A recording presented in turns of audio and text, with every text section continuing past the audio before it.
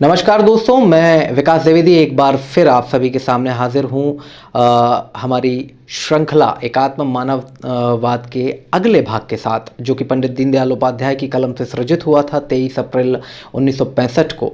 उस पर हम लगातार चर्चा कर रहे हैं। इसका पहला भाग आपने सभी ने देखा और सुना, और जो सराहना हमें मिली वो हमारे लिए हमारा आत्मबल बढ़ाती है। इसलिए मैं दूसरा भाग आप सभी के समक्ष जल्द से जल्द लेकर के हाजिर हुआ हूँ, ताकि अगले भाग को भी हम जान सकें कि क्या कुछ पंडित दीनदयाल उपाध्याय ने अपने एकात्म मानव दर्शन के माध्यम से कहने की कोशिश की थी।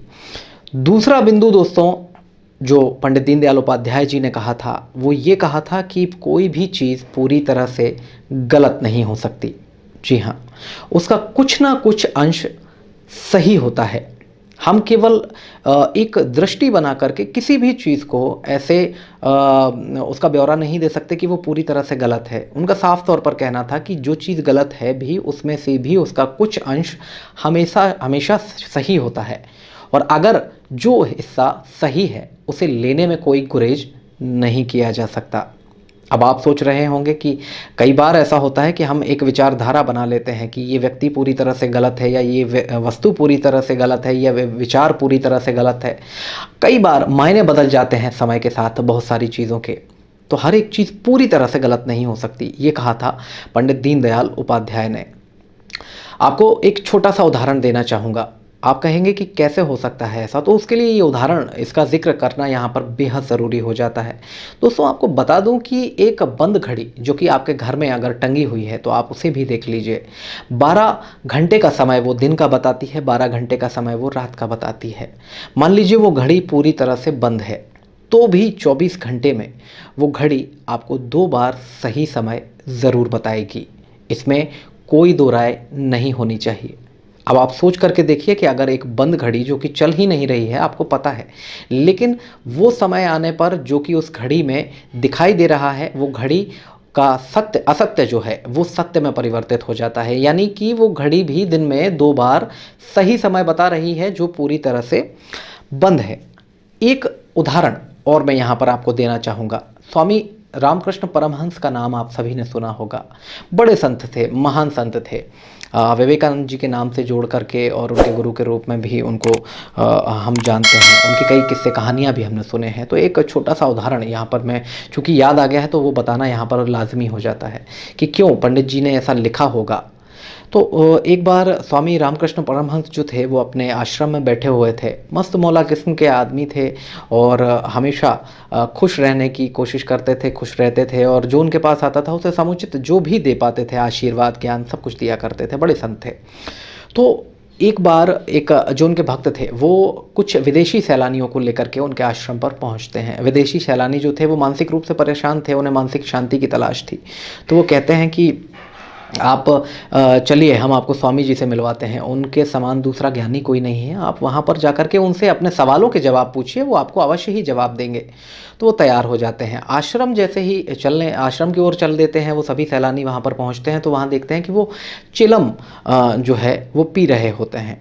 तो उनको देखते ही वो विदेशी सैलानी भ्रमित हो जाते हैं। वो कहते हैं कि भाई ये तो स्मोकिंग कर रहे हैं और ये चिलम पी रहे हैं, और ऐसा व्यक्ति ज्ञानवान कैसे कह सकते हैं हम ऐसे व्यक्ति को। तो वो जो उनके साथ जो उन्हें लेकर के वहाँ पहुँचे थे वो कहते हैं कि चलिए अब आप यहाँ तक आ गए हैं और आपको ये लगता है कि ये सही नहीं है, ये चिलम पी रहे हैं, ये इनका दोष है, ये सही नहीं हो सकते, इनसे क्या ज्ञान अर्जित किया जाए, लेकिन बात करने में क्या बुराई है, बात तो कर ही लीजिए। बोलते हैं कि ठीक है, ये बात भी ठीक है, सही नहीं मिलेगा तो ये सीखने तो मिलेगा कि क्या नहीं करना है। वो पहुंच जाते हैं, स्वामी जी के पास बैठ जाते हैं और स्वामी जी से वो जो अंग्रेज थे वो बोलना शुरू करते हैं कि आपकी बड़ी कीर्ति हमने सुनी है, बड़ा नाम हमने सुना है, और ये जो भाई हमारे साथ में आए हुए हैं आपके भक्त हैं, और ये हमें आपके पास यहाँ तक लेकर के आए हैं। उन्होंने कहा है कि मानसिक शांति अगर नहीं मिल रही है तो गुरु जी के पास चलना चाहिए, लेकिन मैं यहाँ पर आपको आकर के देखता हूँ और आप चिलम पी रहे थे, तो मुझे ये बहुत गड़बड़ लगता है। तो वो स्वामी रामकृष्ण परमहंस ने उन्हें एक छोटा सा उदाहरण दिया, बड़ी ही बारीक ढंग से, और वो आप भी समझने की कोशिश करिए कि पंडित दीनदयाल उपाध्याय ने ऐसा क्यों कहा होगा कि कोई भी चीज़ पूरी तरह से गलत नहीं होती, अगर गलत है भी तो उसमें से कुछ ना कुछ उसका अंश सही होगा, और जो अंश सही है उसे स्वीकारने में आपको गुरेज नहीं करना चाहिए। स्वामी रामकृष्ण परमहंस ने जैसे ही उस अंग्रेज का सवाल सुना, उन्होंने प्रत्युत्तर देते हुए कहा कि गाय कई बार गंदगी खा लेती है, गंदगी खाती है, लेकिन अंततः वो दूध ही देती है। यानी कि उनके कहने का मतलब ये था कि व्यक्ति कैसा भी हो, कुछ भी हो, उसके बाहर के कर्म आपको कैसे दिखाई दे रहे हैं, लेकिन उसकी वास्तविकता उसके गुणों के साथ, उसके अंतरतम में जो छुपा हुआ है, जो उसका विचार है, उसके द्वारा ही प्रकट होगी। अगर वो सद्गुणी है तो सद्गुण ही उसके अंदर से निकलेंगे। मैं चिलम पीता हूँ, लेकिन इसके बावजूद भी तुम जो पाना चाहते हो वो मैं देने में समर्थ हूँ। उसी तरह जिस तरह से गाय को हम पालते हैं दूध देने के लिए, अब हम उसको घास खिलाएं तो भी वो दूध देगी, रोटी खिलाएं तो भी वो दूध देगी, और अगर वो गंदगी खा ले तो भी वो दूध देगी, क्योंकि दूध देना गाय का गुण है। और ऐसा ही सभी के साथ है। उम्मीद है कि ये दो उदाहरण आपके काम के रहे होंगे और आपको समझ भी आए होंगे कि क्यों ऐसा कहा जाता है या कहा गया है पंडित दीनदयाल उपाध्याय के द्वारा। एकात्म मानव दर्शन वो युक्ति है जो आज के समय की महती आवश्यकता है। मैंने ये विषय इसलिए चुना है ताकि हमारी युवा पीढ़ी से लेकर के हमारे वरिष्ठ जनों तक ये जानकारी पहुंच सके।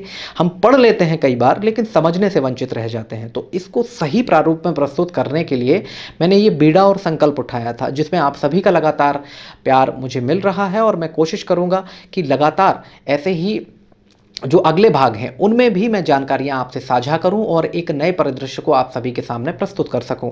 फिलहाल अगर आपने अभी तक हमारा channel second layer truth subscribe नहीं किया है तो कर लीजिए। आप ये भाग हमारा देख रहे होंगे, अन्य भाग भी इस श्रृंखला के बाकी हैं। पहले भाग में भी हमने कुछ जानकारी आपको देने की कोशिश की थी, वहाँ भी आपका आपका भरपूर प्यार है वो हमें मिला है लगातार, और आगे भी मिलता रहेगा। तो हम उम्मीद करते हैं कि इस बार आप हमारे channel YouTube channel second layer truth को सब्सक्राइब कर लेंगे और अपने मित्रों से भी साझा करें, ताकि उन तक भी ये जानकारी आसानी से पहुँच सके। फिलहाल मुझे दीजिए इजाज़त, अगले भाग के साथ फिर मुलाकात होगी। बहुत बहुत शुक्रिया।